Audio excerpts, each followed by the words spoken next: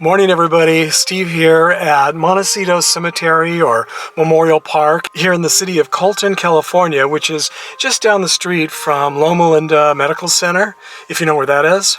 And this isn't too far from Palm Springs, where I live. It's about 45 minutes west of Palm Springs. So I called the cemetery the other day to ask what time the gates open, and they said sunrise. So I was happy to hear that. It's around 6:30 now, and I just arrived. The gates were open. Sun is just starting to come up, and I'm hoping to find the grave sites of two of the victims of one of the biggest mass shootings here in the U.S. I'm sure most of you will remember hearing about this because it happened on December 2nd, 2015, just a couple of weeks before Christmas, and this horrendous mass murder took place at a Christmas party being held just down the street here, just 2 miles away from the cemetery, at the Inland Regional Center Social Services Agency. The company was holding their annual Christmas party a couple of weeks before Christmas, and I believe there were at least 100, maybe a couple hundred people attending, and a deranged couple. I believe the husband actually worked for the Social Services Agency. They obviously knew the party was taking place there, and they came in with the purpose of massacring as many people at the party as they could. They killed 14 people that day and injured at least 22 other people and pretty much terrorized the nation that day. These were homegrown terrorists that didn't really seem to have a reason to do this other than just to do it. I'm sure in their minds they had some legitimate reason. Before the police arrived on the scene, the couple fled away, and a couple of hours later, actually not very far away from the scene of the crime, their vehicle was spotted and there was a shootout and they were both killed. They were both buried out in the Lancaster-Palmdale area, and I have no interest in visiting their grave sites, but I was interested in the victims to find out where they were laid to rest, and someone on Find a Grave had created a virtual cemetery memorial to the 14 victims, and it turns out that 7 of the victims, their grave sites are unknown, but the other 7 did have grave sites listed. I believe 1 or 2 of them is buried out of state, and the others are buried in a number of different cemeteries here in Southern California. But 2 of the victims I discovered were laid to rest right here, just a couple of miles away from where this massacre took place, right here at Montecito Cemetery, really walking distance to the Inland Regional Center where they were gunned down. So this morning I wanted to stop by the cemetery, pay my respects, see if I could find their grave sites. Neither of them had GPSs or any information about where they were laid to rest, so I called the cemetery. They did give me directions, so I thought I would just come and see if I can find them. And I'm right here in the Laurelwood section where Isaac Amanios is supposed to be laid to rest. And then the other victim is laid to rest on the other side of the cemetery. It's kind of nice, I think, that they're both laid to rest here. I hope they knew each other. I hope they were friends and knew each other. It just seems nice to me that they're both laid to rest here in the same cemetery. According to his Find a Grave memorial page, Amanios was 60 years old when he was killed, and he lived in the nearby city of Fontana. He was employed as a supervising environmental health specialist, and his epitaph reads, "No man is indispensable, but some are irreplaceable." And I think after I visit their grave sites, I'm going to drive over, since it is so close, I'm going to drive over to the Inland Regional Center and see what it looks like today. It's been 6 years now. And I also heard that they're creating a memorial to the victims at San Bernardino City Hall or somewhere near City Hall. And that's also just a couple of miles away from the center. I think maybe a little bit north of the center. So I'm going to drive over there and see if we can see the memorial or what's being created so far. So if you're interested, keep watching to the end if you'd like to see where this incident happened and where the memorial is. So I'm happy that I was able to find Isaac's gravesite, and it's right here by the curb. I just added a GPS for anyone else who might want to visit in the future. It'll just make it a little bit easier. Now, the other victim who's laid to rest here is Robert or Bobby Adams, and he's in the Valley View Gardens section.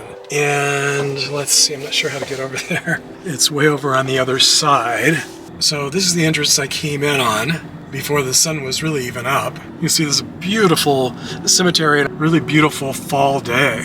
And that's the freeway. I don't know if you can see straight ahead past that red light. I don't know if you can see the cars from the freeway. It's the 10, Interstate 10 freeway. Okay, so let's head over this way.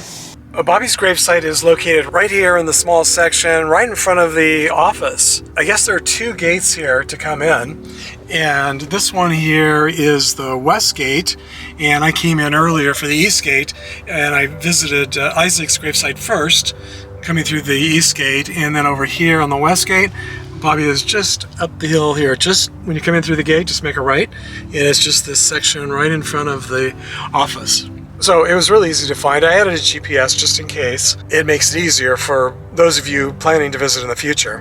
Bobby was only 40 years old when he was killed, and Isaac was 60 years old. Both still had many years of life left, and they were just cut short by this senseless act of terrorism perpetrated by two mentally unstable people with lots of guns and ammunition and even bombs. They were also planning to bomb the site, but that didn't happen, fortunately, or there might have even been more casualties.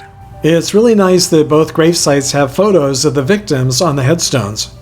Photos always make them so much more personal. Bobby's Find a Grave Memorial page says that he was a native of San Bernardino, the city where he was killed. He lived in the nearby city of Yucaipa and had worked for San Bernardino County for 14 years, 11 of those years in the Environmental Health Services Division as a registered environmental health specialist. So let's head over now then to the Inland Regional Center where this horrific event took place, and then also over to the memorial, which is just a couple of miles north of the center, and I believe it's City Hall, San Bernardino City Hall. I've never been there before, so let's go take a look and see what we can find. So the cross street at the light here is Washington Street, but this street here that the cemetery's on is actually Waterman. And Waterman is the street where the mass shooting took place. According to the map, the Inland Center is located at 1365 Waterman, just on the north side of the I-10 freeway. And it should be on the right-hand side.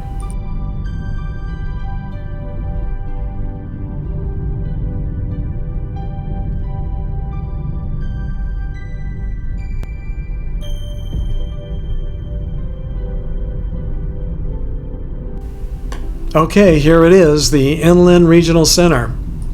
I'm going to make a right-hand turn here at Park Center. And I've never been here before, so I don't know if there's a parking lot that we can drive through or if we can drive around the building, but let's go see. Now, I looked on Google Maps before coming here, so I have kind of an idea of what the center looks like. And there was someone had pointed out where the shootings actually took place, and I believe they were on this side of the building over here. There's a couple of buildings. It's a compound or a complex, and I believe it was this building here. Yeah, I think it was this building right here. Okay, so a security guard just followed me in, and as soon as I parked, my camera just died, my battery just died, and so I stopped here for a second to put in a new battery, and a security guard pulled up right next to me and said I couldn't be here, to leave immediately. So I guess I'm glad. I'm glad there is security here now after what happened.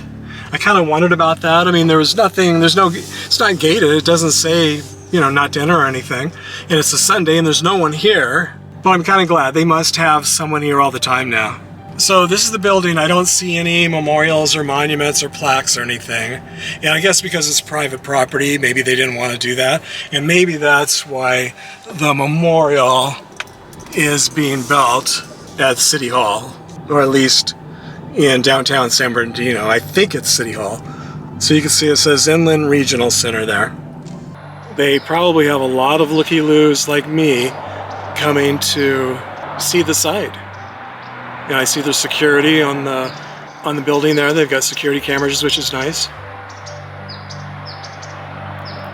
Now, I wasn't planning to come here, but then when I looked in the map and I realized it was just practically walking distance from the cemetery, I thought it'd be crazy not to come and see the site.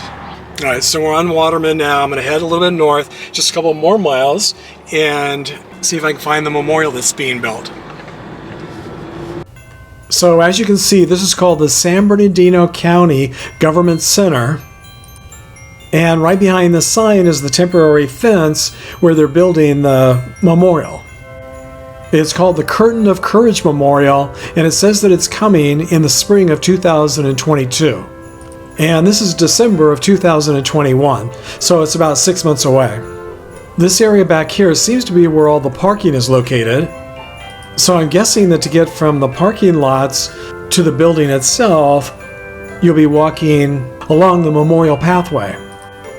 It looks like people will be walking past it, going in and coming out of the building every day. So it's in a really nice, prominent location. The names of all 14 victims are listed here on this temporary sign.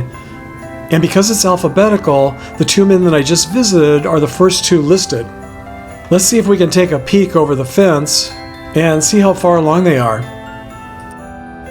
Well, it's nice to see that they have the names of the victims listed on the sign here, and it looks like they've sort of started the memorial area, but there's not much to see today. So I guess it'll be at least 6 months from now before it's completed. And I read that they're going to have a ceremony for the families first, the families of the victims, and then it'll be open to the public. So I'm glad to at least have stopped by today to see where it's located and to see that they do have the victims' names listed, which is nice to see. This week I want to thank my newest Patreon supporters, Glenn Ashworth, Berserkly, and Carl Rhodes. Thank you all for your very kind donations to my channel. They really are much appreciated. Thanks for joining me and coming along on this visit today, even though it is an especially sad one. Thanks for sharing the memories, and I'll see you next time.